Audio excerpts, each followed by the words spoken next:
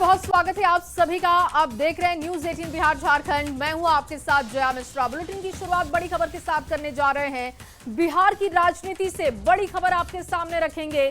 कटिहार से विधान परिषद सदस्य अशोक अग्रवाल और महापौर उषा अग्रवाल के पुत्र सौरभ अग्रवाल ने वीआईपी पार्टी का दामन थाम लिया है।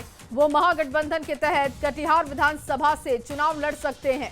आधिकारिक सिंबल अभी नहीं मिला है, लेकिन 2 से 3 घंटे में मिलने की संभावना बताई जा रही है। बीजेपी नेता फिलहाल कोई टिप्पणी नहीं कर रहे हैं, लेकिन जानकारी मिल रही है कि वीआईपी का दामन थामने के बाद अब वो चुनाव लड़ सकते हैं और 2 से 3 घंटे के बाद सौरभ अग्रवाल को सिंबल भी वीआईपी का मिल सकता है।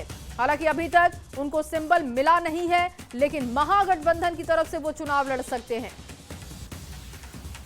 जब जब आपको लगता है कि बिहार की राजनीति को आप समझ चुके हैं, तब तक बिहार की राजनीति आपको झटका देता है। फिलहाल कटिहार से जो अजब गजब खबर आपको बता रहे हैं, इस बात के ये तस्दीक करने के लिए काफी है। ये विधान पार्षद अशोक अग्रवाल के आवास है और उषा अग्रवाल जो उनकी धर्मपत्नी है और अपने बेटा सौरभ अग्रवाल और गौरव अग्रवाल के साथ इसी आवास में रहते हैं। लेकिन अब सबसे बड़ा चौंकाने वाला अपडेट यह है कि अब सौरभ अग्रवाल जो एमएलसी अशोक अग्रवाल के सुपुत्र हैं, वीआईपी के दामन थाम चुके हैं और वीआईपी के सदस्यता ले चुके हैं। और चर्चा यह है कटिहार से महागठबंधन के प्रत्याशी सौरभ अग्रवाल बनेंगे। हालांकि आधिकारिक रूप से इसकी घोषणा नहीं हुआ है और 2 से 3 घंटे के अंदर उनका जो सिंबल अलर्ट हो सकता है, यह चर्चा है। हालांकि हम लोगों ने अशोक अग्रवाल से भी संपर्क किया, उन्होंने आधिकारिक रूप से इस पर कुछ भी बताने के लिए तैयार नहीं। लेकिन राजनीति का खेल या राजनीति का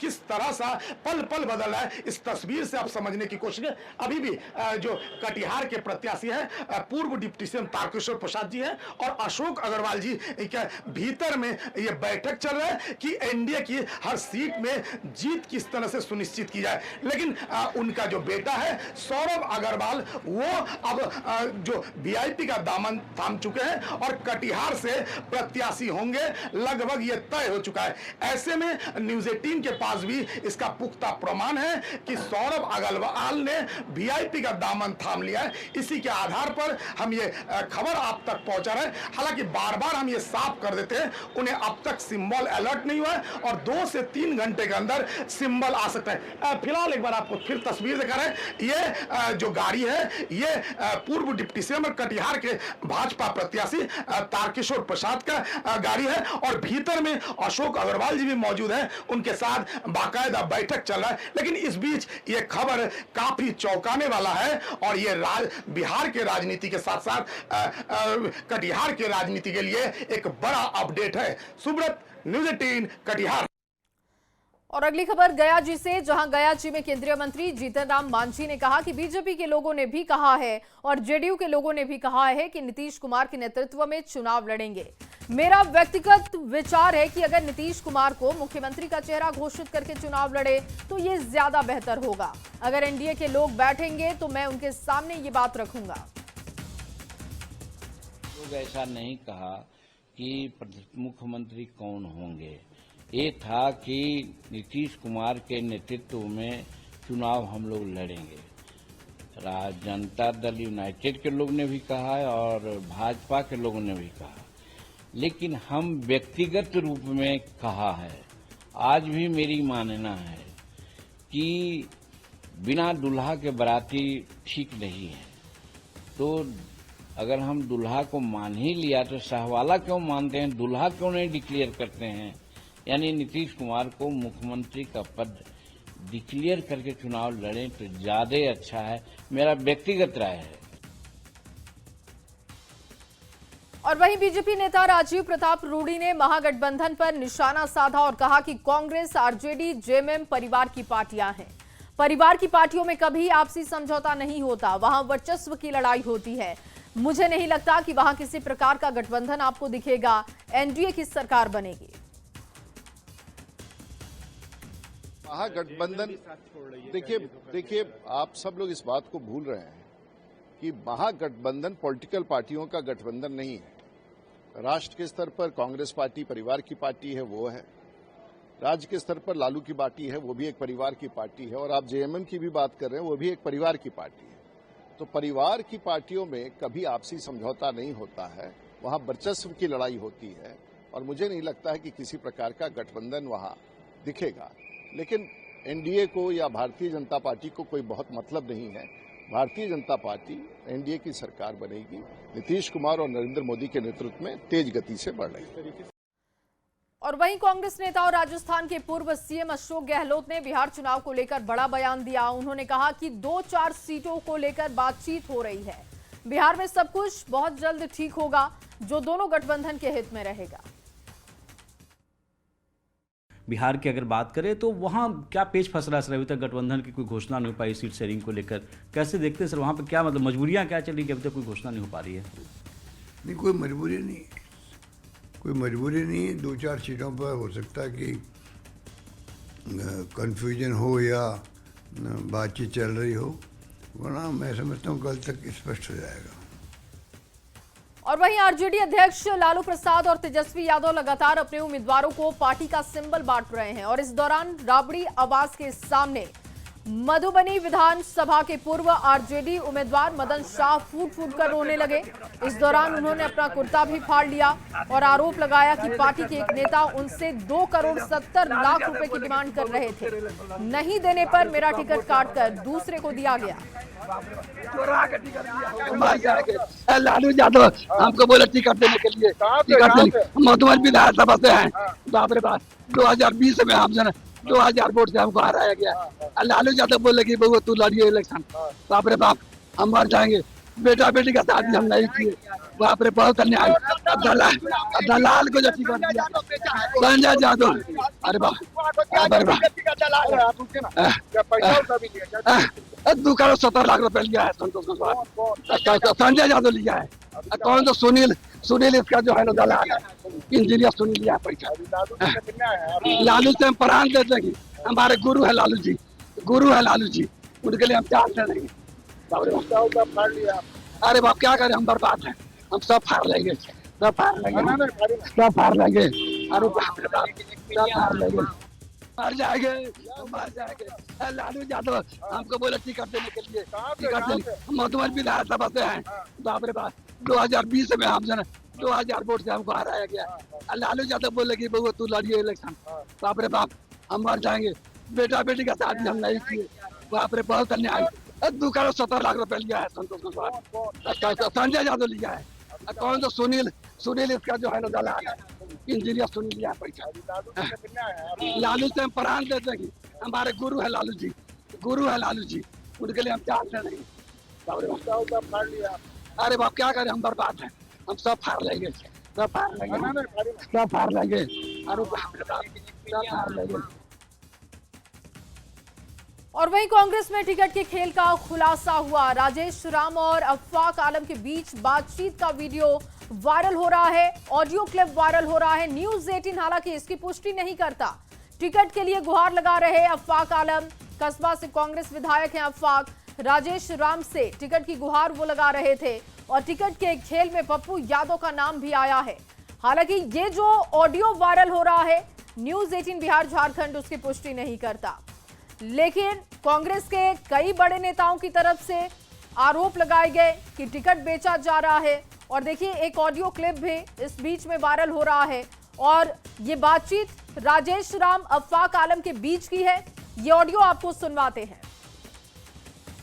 भैया नमस्कार अध्यक्ष जी, अभी बताइए ना क्या करें, बैठे हुए हैं सर। यहाँ पे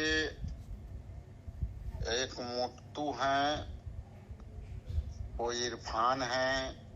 हाँ। उसके लिए बहुत है, आपका ओके है, लेकिन सिंबल अभी रुके हुए। दे दीजिए हमको। हम तो साइन उन करके दे दिया है वहाँ, और हम चले आए क्षेत्र पर। धन्यवाद आपको सर। हम साइन उन सब जितना था हम सब कर दिए। अच्छा, लेकिन अब ये जो है प्रभारी जी के पास है। हाँ ठीक है। हाँ हाँ, तो आप अध्यक्ष हैं सर, हम लोग तो अध्यक्ष हैं। तो जो सर आपके, हम डॉकेट तक, अनुमति तक सब कर दिए। तो फिर क्या खेल हो रहा है? ऐसा तो पार्टी में कभी नहीं हुआ था। खेल हाथी घोड़ा सब हो रहा है। हमने कहा था कि भाई एक भी टिकट सबको दे रहे हैं। नमस्कार भैया, आगे खबर कर दिए सर, ऊपर खबर कर दिए सर। आप बड़े बड़े मतलब कि अभी पप्पू यादव लगा हुआ है ना। किसके पीछे लग गया? पप्पू यादव कौन चीज है? पप्पू यादव क्या है? इरफान है तो पप्पू यादव हम लोग पार्टी का कौन चीज है? कौन चीज है तो ये तो ऊपर पूछिएगा ना सर। किसको पूछे भैया? हमने आपका रिकमेंडेशन किया। हाँ और आपकी तबल आपका, इसके बाद अबूदूर जी का, इजरारुल जी का, सबका से टिकट जो है बाद में आन के सिंबल रोका है। क्या रोक दिया?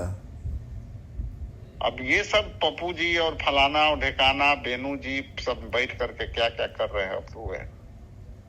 हम लोग तो परसवे सब साइन उन सब करके दे दिए। ऐसा पार्टी चलेगा सर इस तरह से? जो अगर हम लोग पार्टी के साथ बिल्कुल नहीं चलेगा। इसके लिए हम भी बहुत परेशान हैं। हम बताइए, आप साफ सुथरा आदमी हैं और एक साथ बैठे उठे हैं सब लोग, और आपके बनने से सबको ये खुशी था कि कम से कम इतना तो है कि बातचीत हम लोग कर लेते हैं, इतना है लोगों में। ठीक है, ये एक मैसेज है सभी विधायक का कि नहीं, इतना है कि हम लोग बात कर लेते हैं, और रहता तो बात नहीं कर सकते थे। तो आपको अड़ना है, आप आपके अध्यक्ष हैं हम लोग के, आपको कहीं ना कहीं अड़ना पड़ेगा सर। भाई अब इससे ज्यादा तो आपको देर से पता चलेगा। हमने कहा किसी को भी विधायक को टिकट नहीं कटना चाहिए, तब और ना कटेगा सबको। राजेश राम से बातचीत का ऑडियो वायरल होने के बाद न्यूज 18 से बातचीत में अफवाक आलम ने बड़ा बयान दिया। आरोप लगाया है कि टिकट के लिए हमसे पैसे की मांग हुई है। बड़े नेताओं पर टिकट बेचने का आरोप है। करोड़ों में टिकट बेचने का आरोप लग रहा है। कार्यकर्ताओं से राय लेकर बढ़ेंगे आगे। बिहार कांग्रेस प्रभारी पर गंभीर आरोप लगे हैं। इरफान आलम से करोड़ों रुपए लेकर कस्बा का टिकट दिया गया और पप्पू यादव ने यह डील किया है।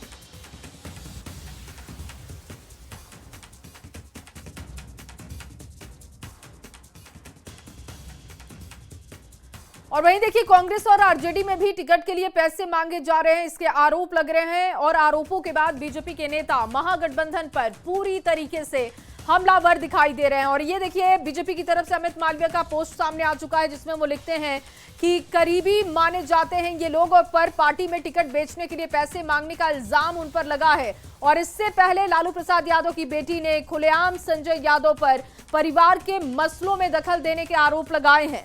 और टिकट बेचने के जो आरोप लगाए जा रहे हैं उस पर यह कमेंट किया गया है। और आरोप लगाया गया था, कहा जा रहा था कि भाइयों के बीच जो मनमुटाव बढ़ा है वो उन्हीं की वजह से बढ़ा है। ऐसा पहले कह चुकी हैं लालू प्रसाद की बेटी। इसकी वजह से भी संजय यादव का नाम सामने आ रहा है। अब सवाल यह है कि तेजस्वी यादव जो कोई भ्रष्टाचार के मामलों में, आगे वो लिखते हैं कि जिस तरीके से तेजस्वी यादव जो कि भ्रष्टाचार के मामलों में फंसे हैं, और क्या उनकी पार्टी आरजेडी 2030 तक रह भी पाएगी, या वो जो सपना देख रहे हैं वो क्या टिक पाएंगे, ये बड़ा सवाल समझ आ रहा है।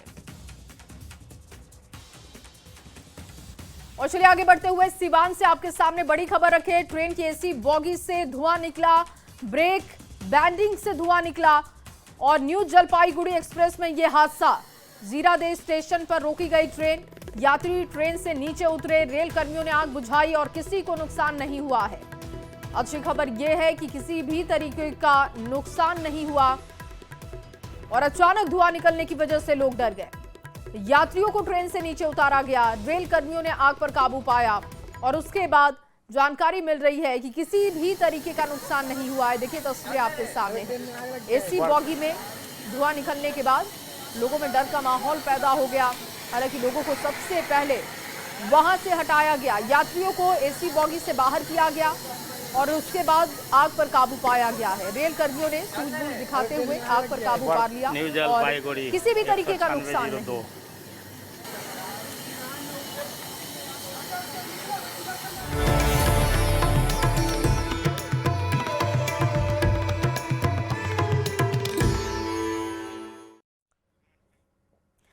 और चलिए अब आपको दीपावली से जुड़ी खबरें दिखाते हैं, जिसे लेकर तैयारी जोर शोर से चल रही है। दीपावली को मां लक्ष्मी की आराधना का सर्वश्रेष्ठ दिन माना जाता है। मान्यता है कि शुभ मुहूर्त में की गई पूजा से विशेष कृपा प्राप्त होती है। और इस बार लक्ष्मी कुबेर पूजन में क्या अर्पित करें, घर में समृद्धि कैसे आए, इसी विषय पर संवाददाता विनीता मिश्रा ने ज्योतिषाचार्य अभय कृष्ण महाराज से बातचीत की है। आपको सुनवाते हैं।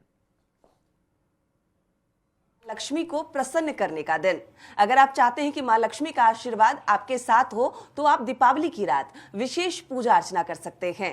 माता लक्ष्मी को कैसे प्रसन्न करें, माता लक्ष्मी का आशीर्वाद कैसे प्राप्त करें, ये तमाम जानकारी के लिए हमारे साथ ज्योतिषाचार्य पंडित अभय कृष्ण महाराज हमारे साथ मौजूद हैं। देखिए, दीपावली जो है हिंदुओं का सबसे बड़ा पर्व है और दीपावली इस बार 20 तारीख को, जब भी कभी भी दीपावली हम लोग अमावस्या तिथि जब आती है, प्रारंभ होता है, तभी मनाया जाता है।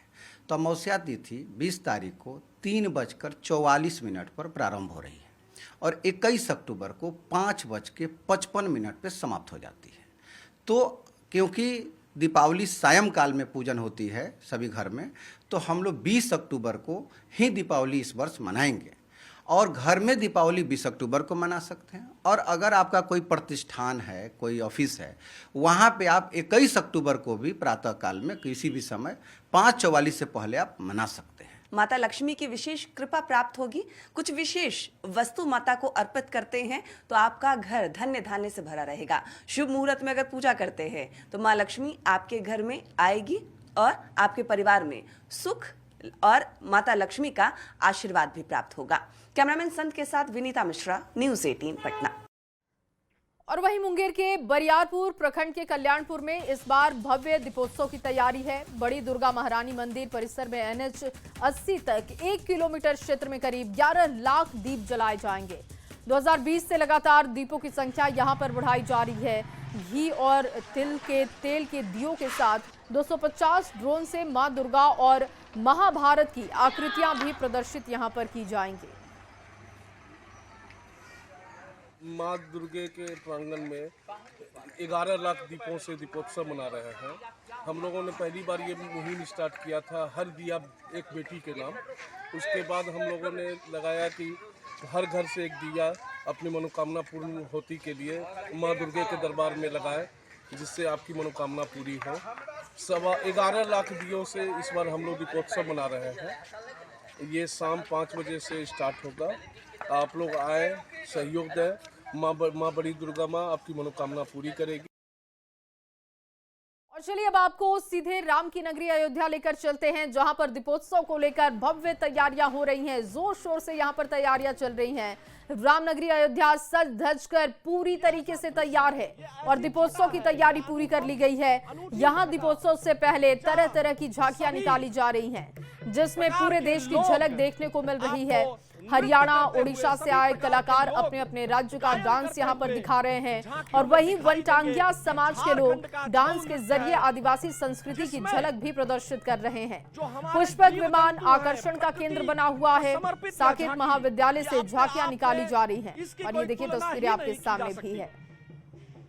ये रामनगरी अयोध्या की तस्वीरें आप देख रहे हैं। भगवान राम के पधारने का इंतजार हो रहा है और उससे पहले की भव्य तैयारियों की झलक न्यूज़ 18 बिहार झारखंड आपके सामने रख रहा है।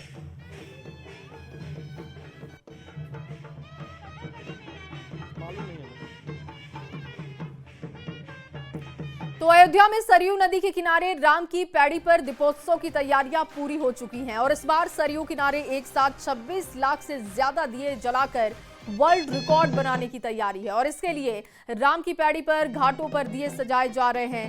ये तस्वीरें आप देख सकते हैं दीपोत्सव से पहले की भव्य तैयारी अयोध्या से। और वहीं अयोध्या में तरह तरह की झांकियां निकल रही हैं और इससे लगातार अलग अलग राज्यों के कलाओं को प्रदर्शित किया जा रहा है। कलाकारों में गजब का उत्साह दिख रहा है। राजस्थान के कलाकारों ने डांस के जरिए अपनी संस्कृति से लोगों को रूबरू कराया। अयोध्या की महिलाओं ने सिर पर घड़े रखकर लोक नृत्य किया है, जिसकी झलक आप भी देख रहे हैं।